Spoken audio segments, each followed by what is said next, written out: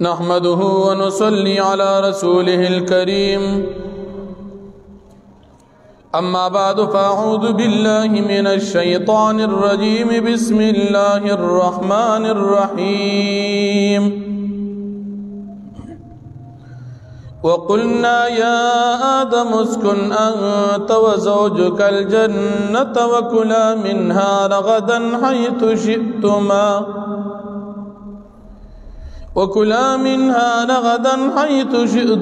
ولا تقربا هذه الشجرة فتكونا من الظالمين صدق الله العظيم سورة بقرة اولنے پارا پنزدے رشتم نمبر آیت دے دے آیاتونو دمخ کی آیاتونو سرا ربط او مناسبت دادی چی بمخ کی آیاتونو کی دا آدم علیہ السلام واقعہ ذکر کی دا پدی آیاتونو کی ہم دا حضرت آدم علیہ السلام واقعہ ذکر کی گی آدم علیہ السلام چی اللہ رب العالمین مسجود الملائکہ اگرزو اللہ رب العالمین و تا دا خوشالے پتور دا انعام پتور حضرت حوا بی بی دا گس پختین پیدا کڑا دا آدم علیہ السلام بی بی دی آدم علیہ السلام او حوا بی بی پا جنت کے جنتے رو شیطان مردود اللہ پاک دا جنت نرا بہر کو آدم علیہ السلام پا دشمنے او پا حسد کے کوشش شوروں کو آدم علیہ السلام او حوا بی بی تا اللہ رب العالمین او فرمائل چی دی خاص انہیں تمنز دی کی گئی اس دا انہیں پبارکی دا علماء اقوال گرن دی بعض علماء فرمائی چی دا غنم انوا بعض علماء فرمائی چی دا انگر انوا بعض علماء فرمائی چی دا انذر انوا اقوال پا کی گرن دی لیکن جمہور مفسرین فرمائی چی دا دی خاص معنی او مصداق معلوم ندی لیکن دی تویل شو چی دی خاص ان تتاسو نزدیکت مکوئی اس پدیجے کی دا دی دا نزدیکت نمنا دا دوی دا پارا حرام او ناروانو بلکہ اولا خبر داو چی دی ان تا نزدیکت ان کی دا ان سا حرام نوا لیکن دا دوی دا امتحان پا توگا باندی آدم علیہ السلام او حوا بی بی پا جنت کے اسیدل اللہ رب العالمین او فرمائل چی تاسو پا جنت کے خوراک کوئی رغدن فراخا رغدن اغا رزق توئی چی اغا حاصل شی بغیر مشقتا او دیر زیادوی دی تویلی شی چی تاسو خوراک کوئی فراخا بغیر مشقتا او تاس آزادی پا جنت کی کم زی کم چی تاسو خوخی خوراک کوئی دی پا جنت کی اسیدل ابلیس تا جنت نا بہر کوشش کئی چی دی خطا کی او دا جنت نے راو باسی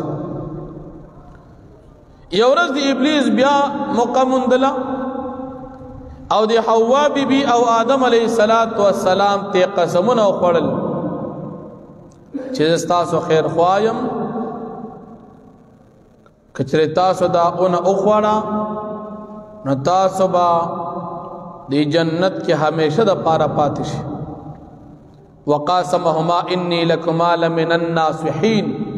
فدلاہما بغرور فلما ذاقا الشجرة بدت لہما سوآتہما قسم اخوڑو اس آدم علیہ السلام او حوا بی بی چی دا کمی اونی دا خوراک نبن شویو دا شیطان پا وسوسہ کی راغلل او اغا اونی اخوڑا دی باندے چی کم جنتی لباسو اغمتے نلرشو دا اونی پانے شوروکڑی پزان باندی خودی خپل زانونے پی پٹول او دا دین بعد بھی تا حکم چی تاسو دوار لال شئی زمکی تا کس شئی تاسو با پزمک باندے جن تیروئی دا آدم علیہ السلام دا دانا او دا اون خوړل دا ترک اولو بهتر دا وجه خوړلې نو لیکن خلاف اولا کارو کو او د پیغمبر مرتبه اوچته دا الله پاک په تنبیه او زور نه ډیر ورکی دا نه چې ګناه یې کړو پیغمبرانو په باره کې د عصمت انبیاء مسله کارونه څلور قسم دي یو عقاید دي بل تبلیغ احکام دي بل فتوا او اجتهاد دي بل افعال او عادات دي نو پیغمبران د عقیدې په لحاظ سره معصوم دي اتفاقا د دې په عقیده کې هیڅ قسم ګناه نه راځي ویم د تبلیغ احکام په لحاظ سره چې الله پاکم نبوت ورکړي دي کوم احکامات ورکړي دي نو په دې کې دي معصوم دي هیڅ قسم کمی کوتاهی په دې باب کې نه کوي څومره چې الله دین وتخودل دي چې دا خلق ته ورسوي هر پیغمبر خپل دین خپل امت ته رسول دي لیکن دی معصوم دي د خطا نه او دریم فتوا او اجتهاد دي نو په فتوا او اجتهاد کې د دوی نه خطا کی دیش د دې وجنا په اجتهاد کې حق ته رسیدو باندې 2 ثواب او په خطا کې 2 باندې 1 ثواب دي نو خطا تیراتلی شي لیکن هغه ته ګناه نه وي او سلورم افعال او عادات دي نو په افعال او عادات کې په هیر ست خطا راتلی شي قصدن تی خطا نشی راتی افعال او په عادات کې قصدن گناهونه نه کوي په هیر او په خطا باندې تی کمې کو طاهراتی شي اوس آدم علیہ الصلات والسلام خلوی پیغمبر دی د ټولو پیغمبرانو پلار دی او دو دا دانه اوخوړه نو پدې دې کې د مودودیانو مشر ابو العلا مودودی په خپل تفسیر کې لیکي چې هر پیغمبر گناهونه کړی دي بعضی پیغمبرانو نمونه صراحتاً ذکر کړی دي چې دا پیغمبران گناهونه کوي لیکن دا عقیدات اهل سنت نه خلاف ده د مؤمن عقیده دار چې پیغمبران گناهونه نه کوي نو چې دې ځکه آدم علیہ الصلات والسلام دادان اوخواړه نو داغي بهترین جواب چې مفسرین اهل سنت فرمایي غدا دي چې الله پاک په خپل باندې فرمایي فنسي آدم ولم نجد له عزما آدم علیہ السلام نه هیر شوی و او دادانه قصدن عمدن نه د خوړلې نو چې الله په خپل فرمایي چې په هیر باندې نو په هیر باندې خو ګناه نه دروجم په نماتي پیغمبر آدم علیہ السلام د گناہ معصوم دی او که اللہ پاک زورن ورکی د جنت تیرا کس کو زمک تیرا اولگو نو د مرتبه اوچتوا اغا معمولی غند خطابان اللہ پاک پتا زورن ورکی دانا چی گناہ کردی او بل آدم علیہ السلام چی زمک تراکس چو نو بطور عذاب او بطور سزا نو دا بطور مقصد او امتحان آدم علیہ السلام چې د غنم دانه اوخوړه او د الله پاک زمکه تراکوس کو دا غمن پرونی درس کې ویلو چې آدم علیہ السلام پزمکه باندې خلیفہ دی او دی اوسیده په جنت کې وَإِذْ قَالَ رَبُّكَ لِلْمَلَائِكَةِ إِنِّي جَاعِلٌ فِي الْأَرْضِ خَلِيفَةً دی به خلیفہ پزمکه باندې او آدم علیہ السلام په کوم ځای کې دا خو په جنتونو کې او جنت خو پزمکه نه دی نو د هغه ځمکې د پاره کم د پاره چې دی پیدا د غنم دانه او خوړه او د خپل مقصود د پاره الله ځمکه ترا اولېګو چې تب وسلال شي پزمکه به ته جون تیرې ستاب اولاد کیږي هغه بچي به بازي نیکانی بازي به بدانی بازي به جنت ته بیازي بیا به جهنم ته بازي ناغه مقصود د ځمکه راتګو آدم علیہ السلام ځمکه ته به تور سزا نه دی راغلی ځکه چې سزا خو الله پاک و تمام آدم علیہ السلام چې ځمکه تراکوس چو نو بطور عذاب او بطور سزا نو دا به طور مقصد او امتحان. آدم علیہ السلام چې د غنم دانه وخوړه او د الله پاک ځمکې تراکوز کو. دا غمن پرونی درس کې ویلو چې آدم علیہ السلام په ځمکه باندې خلیفہ دی او دی اوسېده په جنت کې. وَإِذْ قَالَ رَبُّكَ لِلْمَلَائِكَةِ إِنِّي جَاعِلٌ فِي الْأَرْضِ خَلِيفَةً. دی به خلیفہ په ځمکه باندې. او آدم علیہ السلام په کوم ځای کې؟ دا خو په جنتونو کې او جنت خو په ځمکه نه دی. نو د هغه ځمکې دپاره کوم دپاره چې دی پیدا و د غنم دانې وخوړه او د خپل مقصود دپاره الله ځمکې ته راولېږي چې ته به اوس لاړ شي په ځمکه به ته ژوند تېرې، ستا به اولاد کېږي، هغه بچي به بعضې نیکاني، بعضې به بداني، بعضې به جنت ته بیا ځي، بیا به جهنم ته بعضې ځي. نو هغه مقصود د ځمکې راتګ و. آدم علیہ السلام ځمکې ته به طور سزا نه دی راغلی، ځکه چې سزا خو الله پاک به ته معاف کړې ده، نو بیا جنت ته ولې نه بوتلو؟ آدم علیہ السلام پیدا چې دی دا د جنت دپاره پیدا دی.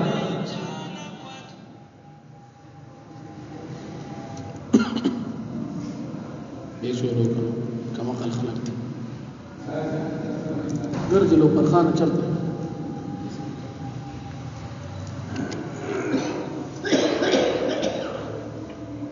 نو آدم علیہ السلام چې الله جل شانه پیدا کړو د ځمکې دپاره، په دې بنا باندې الله پاک په توي تاسو لاړ شئ ځمکې ته لاړ شئ.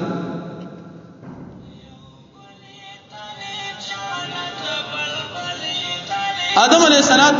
چې الله جل شانه ځمکې ته راکوزئ نو فاخرجهما نسبت شیطان ته کوي چې د شیطان دی د جنت نه راوستل، ځکه د آدم علیہ السلام او د حوا بیبي د جنت نه راوستو سبب دا ابلیس، نو نسبت ابلیس ته شو چې دا ابلیس راوستل. دې تاسو لاړ شئ اوس دلته راځي تاسو کوشي وقلنا اهبطوا بعضكم لبعض عدو کوشي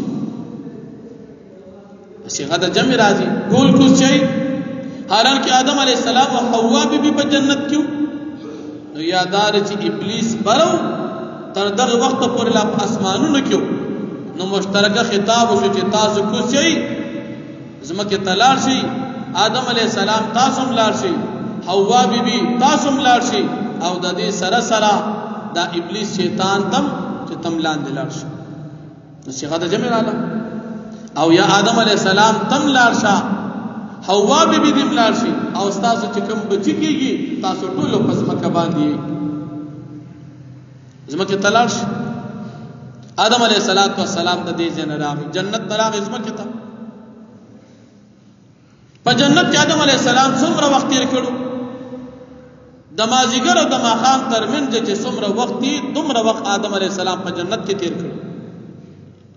او حسن بصری رحمت الله علیه فرمایي چې یو ساتو چې د دنیا د کلونو په لحاظ سره 130 کال دومره وخت آدم علیہ السلام جنت کې تیر کړو. کله چې آدم علیہ السلام ځمکې ته راکوز شو 300 کال آدم علیہ السلام په ځمکه باندې وجړل. ابن عباس رضی اللہ عنہ فرمائی چې 200 کال وجړل، نه خوراک کو نه اسکاک کو. سلویخت رضی آدم علیہ السلام او حوا بیبی خوراک اسکاک بند کړ، او د ډیر حیا د وجه به بیا پر نه کتل خطایی ته شو. بیا آدم علیہ السلام اللہ پاک را کوز کو په سراندیب مقام ہندوستان کے مقام دی، او حوا بیبی را کوز شوا د جدی په مقام باندې جدنیا ته په جده باندې حوا بیبی را کوز شو. دته وی د سړي زوی نه باندې کوي. نو آدم علیہ السلام حج د پار اراده وکړه چې حج تلاړ په میدان د عرفات کې یو بل په پیجندل. نو عرفات زید پیجنګلو حوا بیبی او آدم علیہ السلام په میدان د عرفات کې یو بل په پیجندل. آدم علیہ السلام یو سلسل حجونه کړو، دا د آدم علیه السلام او بیا آدم علیه السلام الله رب العالمین د سو کلمات القاو کړ. نو د کلماتو په باره کې د علماو مختلف اقوال. یو قول دار چې دا دعا و تعالی خودله چې ربنا ظلمنا انفسنا، دا دعا یې ویله الله معاف کړ. دویم قول دار چې آدم علیه السلام چې کله په جنت کې وو نو په عرش باندې کتلو چې پاغي باندې کلمه لیکل شوی لا اله الا الله محمد رسول الله. تفسیر در منظور او تفسیر قرطبی ذکر کړي چې کله آدم علیه السلام تر آیات شو چې په دې عرش باندې نوم د محمد دی، نو آدم علیه السلام د نبی کریم صلی الله علیه وسلم په وسیله باندې دعا وغوښتله. شیخ الحدیث حضرت مولانا زکریا رحمت الله علیه په فضائل اعمال کې د حدیث هم ذکر کړی دی. نبی علیہ السلام په وسیله دعا وغوښتله، الله رب العالمین ورته معافي وکړه. نبی علیہ السلام لا پیدانو خداغه په وسیله دعا آدم علیہ السلام غوښتي دا نو ته